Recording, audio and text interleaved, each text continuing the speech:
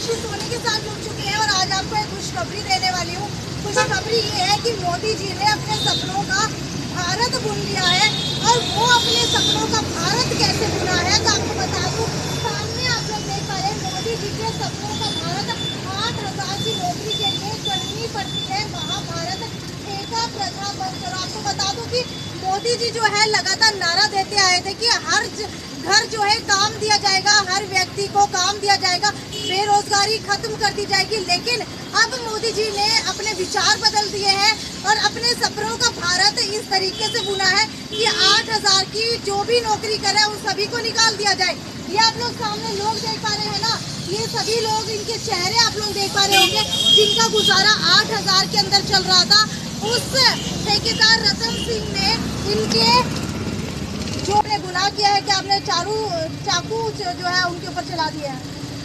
गुनाह मुझसे हुआ है जी, और गुनाह ये हुआ है कि मैंने उनसे अपने हक मांग लिए। मैंने उनसे मांग लिया कि हमारा कहीं आपने गर्दन के ऊपर चाकू रख के तो हक नहीं मांगा था? नहीं, बिल्कुल नहीं, हाथ जोड़कर मांगा था। और मांगा भी क्या था कि मैंने तो मेयर साहब और कमिश्नर साहब के आगे सिर्फ दरख्वास्त की थी कि हमें इनके चुंगल से निकाल लिया जाए, ठेकेदारों के चुंगल से निकाल लिया जाए। हमारे ऊपर अत्याचार करते हैं, हमारा शोषण करते हैं। और कैसे करते हैं ये भी बता दिया था। पहले बात तो हमारी तनख्वाह से ESI जो होता है हेल्थ कार्ड के लिए पैसे काटे जाते हैं हमारी तनख्वाह से, वो बढ़ा के नहीं दिया जाता। पिछले ठेके में हमने काम किया, वो बढ़ा के नहीं दिया। दूसरा, किसी को चोट लग जाती है उसका इलाज नहीं करवाते। 50,000 रुपये लगे, इस भाई का पैर कट गया था, 1 रुपये नहीं दिया बेचारे को। अपसेंट लगाई नहरी काम पर से, उसका काम करते ही कटा था, ट्राली पे चढ़ा हुआ था, कचरा दाब रहा था, कंच लग गया पैर में, इसका इलाज नहीं करवाया। तो ये सफाई के दौरान लगा सफाई के दौरान। और तीसरा मुद्दा उठाया था कि हमने ये हमारे ड्राइवर है जो, उनके गाड़ियाँ अगर भिड़ जाती है, देखो रोड पर गाड़ी चलती है, कचरा उठाती है गाड़ी, भिड़ जाती है, तो ये भी नहीं पूछते किसकी गलती है, बस तनख्वाह से पैसे काट लेते हैं ड्राइवरों की। गलत काम जो ठेकेदार करते हैं उसके खिलाफ मैंने आवाज़ उठाई। उसका नतीजा ये हुआ कि हमें सिस्टम से अलग कर दिया गया, हमें नौकरी से निकाल दिया गया। ठीक है, आपको बता दूं भाई, अब आप लोग सोच रहे होंगे अगर इनको ठेकेदार ने निकाला है तो ये सभी नगर निगम के बाहर धरना दे करके क्यों बैठे हैं। तो आपको बता दूं इसके पीछे नगर निगम का भी एक बहुत बड़ा रोल है, क्योंकि नगर निगम की तरफ से ठेकेदारों को ठेका दिया जाता है। उसके बाद ठेकेदार जो है सफाई कर्मचारी खुद चुनते हैं। लेकिन अब आखिरकार ऐसा क्या हुआ है कि सफाई कर्मचारियों को निकाल दिया गया। मुझे ये बताइए, शायद एक रतन सैनी के नाम का ये पोस्टर बाहर लगा हुआ है, रतन सैनी ने आप लोगों के साथ क्या किया है? ये नए आए हैं जी, नया ठेकेदार है अभी 3 महीने से, और 3 महीने पहले जो उनका ठेका आया है उससे पहले हमने 1 साल तक SBN कंपनी थी पल्लव की, उसमें काम किया था, निगम का ठेका उसके पास था। तो होता ये है जी, जो पिछले ठेके में जो काम कर रही है लेबर, नया ठेकेदार ने पर उसी लेबर को काम पर लगाया जाता है। लेकिन रतन सिंह सैनी ने इस वजह, ये क्या कहीं पे रूल है कि अगर नया ठेकेदार आता है तो पुराने वाले कर्मचारियों को ही वो लगाएगा? ये रूल है जी, हरियाणा सरकार ने बाकायदा चिट्ठी भेजी है हर निगम को, हर विभाग को ये चिट्ठी देकर बताया गया है चिट्ठी में कि पुरानी लेबर ही, नया ठेकेदार अगर आता है तो पुरानी लेबर ही रखेगा, पहले उनकी नैतिकता के आधार पर पहले उसको रखा जाएगा। तो क्या अगर कोई नया ठेकेदार आता है वो देख सकता है कि कौन सही काम कर रहा है, किसको रखना है, या फिर उसको जो है रखना ही पड़ेगा पुरानी लेबर को? देखिए, अगर वो ये चाहता है कि जो आदमी काम नहीं करता एक बार पूरी लेबर को लगाए, तो उसको लगता है कि ये काम नहीं कर रहे ठीक ढंग से, उनको हटा दे बाद में, रजिस्ट्रेशन लिखवा ले। लेकिन उनको पिछले एक और कहते हैं ये लेबर हक मांगती है। पिछले ठेके में इन्होंने ठेकेदार को तंग किया, मेयर साहब के आगे शिकायत की, कमिश्नर साहब के आगे कि हमें ये तंग कर दिए है ठेकेदार, तो इसी वजह से मैं इस लेबर को नहीं लगाऊंगा, उन्होंने ये बोल दिया था। अच्छा, तो क्या आप लोगों को पहले नोटिस दिया गया था 1 महीने का, या फिर सीधा आप लोगों को निकाल दिया? बिल्कुल, नया ठेकेदार आते ही मुझे निकाल दिया। अच्छा, आप मुझे ये बताइए कि आपको कहाँ पर चोट लगी थी और सारा का सारा खर्चा जो है क्या आपको खुद उठाना पड़ा था? कट गया, ऊपर गिर गया, शीशा गिर गया था जी पैर के ऊपर। अच्छा, तो इसमें नसें कटी थी मेरी, और सारा खर्चा लगा दिया। रूल क्या है वैसे? और जो 8-9 अकॉर्डिंग टू रूल क्या आता है वैसे रूल क्या होता है? अच्छा, वैसे रूल क्या है? अगर आपको मान लीजिए काम के दौरान जाती है सफाई के दौरान, तो क्या आपका खर्चा आपका ठेकेदार उठाएगा या फिर खर्चा जो है आपको खुद उठाना पड़ेगा? जी, हमारा ESI खर्चा है कि उसमें से इलाज कराया। अच्छा, आपका ना तो इलाज हुआ, और शायद सुनने में ये भी आ रहा है कि आप लोगों की एब्सेंट लगा दी गई थी कि आप लोग काम पे नहीं आए। लगभग मैं बताता हूँ, इनका 1.5 महीने का रेस्ट मिला था जी, ठीक है, हॉस्पिटल की तरफ से। हाँ। 15 दिन के बाद ठेकेदार कहता है कि अगर आप काम पर आओगे तो ठीक है, नहीं तो आपकी एबसेंट लगी, उनको रेस्ट तो 1.5 महीने का मिला था, लेकिन 15 दिन तक तो इनकी एबसेंट लगाई, उसके बाद इनको एबसेंट करना शुरू कर दिया था। ये लाठी लेके बेचारे आया, लाठी लेके आया, काम पर आया, जब जाके इसकी यानी कि लगभग 8,000 में से 4,000 इनको तनख्वाह दी गई या फिर सारी काट ली? वो सारी काट ली थी उनको, काटी हुई ऐसे वो 8,000 रुपये जिस टाइम दाखिल किया इसको, उस वक्त 8,000 रुपये ठेकेदार ने दिए थे ठीक है। हॉस्पिटल में, जिंदल हॉस्पिटल में। बाद में तनख्वाह में से काट ली थी, वो तनख्वाह ही नहीं दी बताया, थी, बाकी ने जेब से वो तनख्वाह ही काट ली थी मेरी। अच्छा, तनख्वाह ही काट जो उन्होंने मेरे को भर्ती के टाइम पे दिए थे ना इमरजेंसी में, मतलब वो निकाल दिया, सारा काट दिया जी पैसा। अच्छा, अब बताइए कि अब आपके पैर की चोट ठीक हो गई तो क्या अब आप दोबारा से वहीं पर काम कर रहे थे? हाँ जी, कब आपको निकाला कभी? ये लास्ट टाइम में जी उस टाइम नया होता है जो लगाए नहीं इसको। अच्छा अच्छा, एक बात बताइए, नया ठेकेदार आया रतन सैनी, तो रतन सैनी को कैसे पता लगा कि आप लोगों ने पहले यहाँ पर धरने प्रदर्शन करके ऐसी मांगे उठाई हुई है? धरने प्रदर्शन नहीं किया था जी हमने, मेयर साहब, कमिश्नर साहब खुद आए थे हम हमारी समस्या सुनने के लिए, काम पर ही, हम ड्यूटी पर थे, ड्यूटी पर ही आए थे वहाँ पर। पूरा नगर क्या पुराने ठेकेदार की को मिली भगत, पुराने ठेकेदार की को मिली भगत है? पुराने ठेकेदार था जो, उसके दौरान मेयर साहब, कमिश्नर साहब खुद आए थे समस्या सुनने के लिए। अच्छा, पुराने ठेकेदार के थ्रू अगर गौतम सरदाना आए थे, कमिश्नर आए थे, तो क्या लगता है आपको पुराने ठेकेदार और नए ठेकेदार की मिली भगत है कोई? ऐसा नहीं है, मिली भगत सिर्फ नगर निगम प्रशासन और रतन सिंह सैनी की है। अच्छा, मैंने- तो ये बताइए नगर निगम को इससे क्या फायदा है? नगर निगम का फायदा तो कुछ नहीं है, नगर निगम भी देखिए, कमिश्नर साहब भी चाहते हैं कि हमें पूरी लेबर को लगा लिया जाए, लेकिन वो बेबस है। नगर निगम भी अपने चहेतों को ठेका देती है। वो बेबस हैं, क्योंकि ये जो अपने रतन सिंह सैनी है, ये है ओबीसी मोर्चा के महासचिव, बीजेपी ओबीसी मोर्चा के महासचिव है। ठीक है।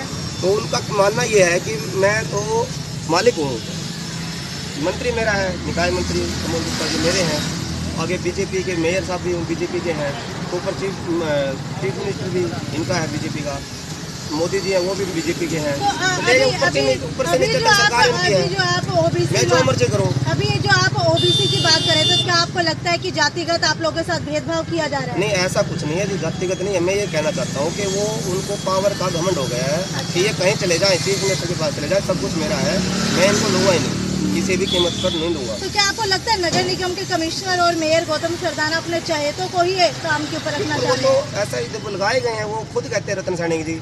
मैंने अपने जो रण सिंह है जई, मैंने उनके एरिया में काम किया है सफाई का, तो उन्होंने उस नाते भी अच्छा काम करता था, तो उस नाते उन्होंने वहाँ पर फ़ोन किया था रतन सिंह सैनी के पास। तो उनसे बोलते हैं, सर मैं क्या करूँ, मैं इनको नहीं लगा सकता, मेरे पास तो बहुत दबाव है। कमल जी गुप्ता का मेरे पास फ़ोन आता है, मेरे बंदे लगाओ। जोगीराम सियाग का मेरे पास फ़ोन आता है, उनको लगाओ। उधर से हमारे ये मेयर साहब का फ़ोन आ जाता है, कभी कमिश्नर का फ़ोन आता है, कभी कहीं से आ जाता है, मैं किसको लगाऊँ। और तो उन्होंने रणवीर सिंह गंगवा अपने भी है, उनका भी नाम लिया कि उनका भी फ़ोन आ जाता है, मैं कितनों का आदमी को लगाऊँ, मैं पुरानों को लगाऊँ या नए को लगाऊँ।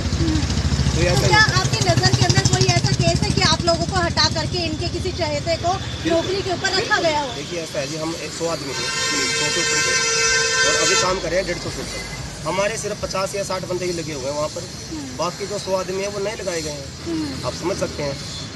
ठीक है, कुल मिलाकर के लगभग कितने नए लगाए गए हैं और कितने पहले वाले? 100 के आदमी करीब, 100 के करीब नए लगाए गए हैं और पहले वाले कितने हैं? सिर्फ 50 के 50 के करीब, यानी कि कुल मिलाकर के जो है 150 की संख्या है आप लोगों की। संख्या। हाँ, उनकी है जो लगे हुए हैं। ठीक है, अब जो है आप लोग आमरण अनशन के ऊपर बैठ चुके हैं, क्या आप लोगों को सच में पता है कि आमरण अनशन क्या होता है? अगर आप लोग मर गए तो क्या होगा? देखिए ऐसा है जी, हमने तो ये ठान ली है, या तो हमने मांगा क्या था, सिर्फ यही तो बोला था कि हमें हमारा हक दे दो। हमने मांगा क्या था, यही तो मांगा था कि हम हमारा हक दे दो। हक तो दिया नहीं, ऊपर से नौकरी और छीन ली, ये और छीन ली। अच्छा, ये घर में कितने लोग हैं? मेरी 4 गुड़िया है जी। और एक बात और, ये बात मैंने जब बोली उनको, रतन सिंह सैनी को, उनके मैंने सोचा मैं आपके पैर पकड़ता हूँ, हाथ जोड़ता हूँ, मेरी 4 लड़कियाँ हैं और मुझे किराए पर मैं रहता हूँ, मुझे इस नौकरी की सख्त ज़रूरत है। तो बोलते हैं, देखिए उनकी शैली देखिए कैसी है, बोलते हैं यार 4 लड़कियाँ के मेरे सिर पर जमी है कि नहीं, 4 लड़कियाँ मेरे सिर पर जमी थी, मैं नौकरी दूँगा, मेरे सिर उसको मेरे सिर जमी थी कि नहीं। इस तरह शैली देखिए, बीजेपी ओबीसी मोर्चा के महासचिव, बीजेपी की भी मतलब इतनी मैं तो आला कमान से प्रार्थना करता हूँ कि ऐसे लोगों को मंत्री ऐसे पद मत दीजिए, ये आपकी कृपया कराते हैं। ये तो देखना चाहिए कि कैसी शैली है। फिर मैंने हाथ जोड़ा, पैर पकड़े, मैं आपको पैर पकड़ता हूँ, कहते हैं कि यार मेरे सिर पर सब लड़के ऐसी बात क्यों करते हो आप, मेरे पास जगह अगर अब की बात की जाए तो अब आमरण अनशन कब तक चलने वाला है? ये जब तक हमें हमारे हक नहीं मिलता है, हमें चाहे अच्छा, आप कह रहे हैं आपको हक नहीं मिलता, आपको काम नहीं मिलता, लेकिन क्या आपको लगता है कि इस तरीके से मांग उठाने के बाद अब आप लोगों को देखिए ऐसा है जी, हमने हर तरह से कोशिश कर दी है। हमने मेयर अब तो साहब आपने सबकी पोल खोल दी, अब आपको हक कैसे देंगे वो? अब क्या करूँगी, मेरे पास वो रास्ता ही नहीं है और कोई रास्ता ही नहीं है। अब यहाँ बैठा हूँ, मेयर साहब आए या कमिश्नर साहब आए, कोई भी आए, हमें हमारा हक चाहिए, हमें हमारी नौकरी वापसी चाहिए, बस हम और कुछ नहीं चाहिए। हम काम पर चले जाएंगे, बस धरना प्रदर्शन खत्म कर देंगे। ठीक है, क्या आप लोगों को पेंशन भी मिलती है बाद में? वो तो ऐसा है जी, पीएफ कटता है, उसमें ही पेंशन मिलती है। अच्छा, तो यानी कि एक तरीके से सरकारी नौकरी है। बिल्कुल। ठीक है, तो आपको बता दूं किस तरीके से अपनी सरकारी नौकरी के ऊपर, चाहे छोटी हो चाहे बड़ी हो, चाहे ग्रुप डी की हो या फिर ग्रुप ए की हो, किस तरीके से पदाधिकारी जो भी है, हिसार के मेयर गौतम सरदाना हो या फिर नगर निगम के कमिश्नर हो या फिर विधायक या फिर आपको बता दूं कि डिप्टी स्पीकर रणबीर गंगवा हो या फिर यहाँ पर नगर निकाय मंत्री कमल गुप्ता हो या फिर आपको लगा लीजिए कि कोई भी हो, जोगीराम सिंह हो जो बरवाला से विधायक है, सभी जो है अपने व्यक्तियों को लगाने के लिए कुछ भी कर सकते हैं। ये देख लीजिए, एक आम मजदूर जो है, एक आम कर्मचारी जो है, उसको निकाल फेंका गया है बाहर, लेकिन वो इतने बड़े पद के ऊपर रह करके अपने आदमियों को लगवाना चाह रही है। शायद हो सकता है अब वोट मांगने की बारी आ चुकी है, तो आपको लग रहा है वोट मांगने की बारी आ गई है तो कहीं वो अपने चहेतों को लगवा रहे हैं? हो सकता है जी, इसके बारे में तो मैं कुछ नहीं कह सकता। हो सकता है जी, देखिए हो सकता है, आपके सामने है ये। इस पर मैंने एप्लीकेशन लगाई थी मेयर साहब के पास, उन्होंने साइन किए हुए हैं। इसकी कॉपी वहाँ जा चुकी है रतन सिंह सैनी के पास। मैं उनके पास गया था, मैंने बोला जी आपके पास मेरी एप्लीकेशन आई हुई है, तो बोलते हैं भाई एप्लीकेशन आई है, मेयर साहब ने थोड़ी तनख्वाह देनी है, तनख्वाह तो मैंने देनी है, तनख्वाह तो मैंने देनी है। मेयर साहब से पूछा, अगर तनख्वाह देते हो तो कर ले काम।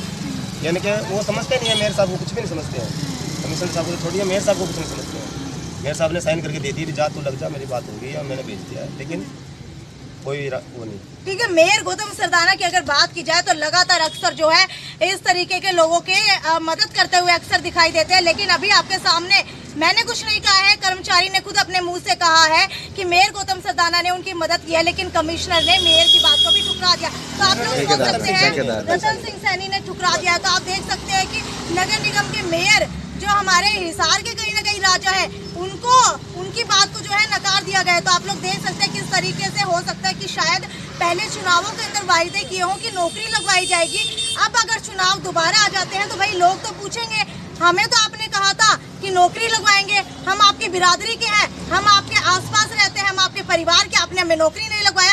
तो उसी के चक्कर के अंदर मुझे तो लग रहा है कि शायद हो सकता है कि इनको छोटे लेवल की नौकरियां दे दी गई हो इन बेचारे गरीब व्यक्तियों का हक मार करके। अभी अभी आपने बार कहा था कि मोदी जी हर बार अपने भाषणों में बेरोजगारी खत्म कर दूंगा, सबको नौकरी दे दूंगा, घर घर नौकरी होगी, ऐसी बातें करते हैं। लेकिन उन्हीं के पार्टी के रतन सिंह सैनी उन्हीं की पार्टी के हैं, हालांकि बिजनेसमैन है, ठेकेदार है, लेकिन उन्होंने बीजेपी ने उनको पद दिया हुआ है, ओबीसी मोर्चा के महासचिव हैं।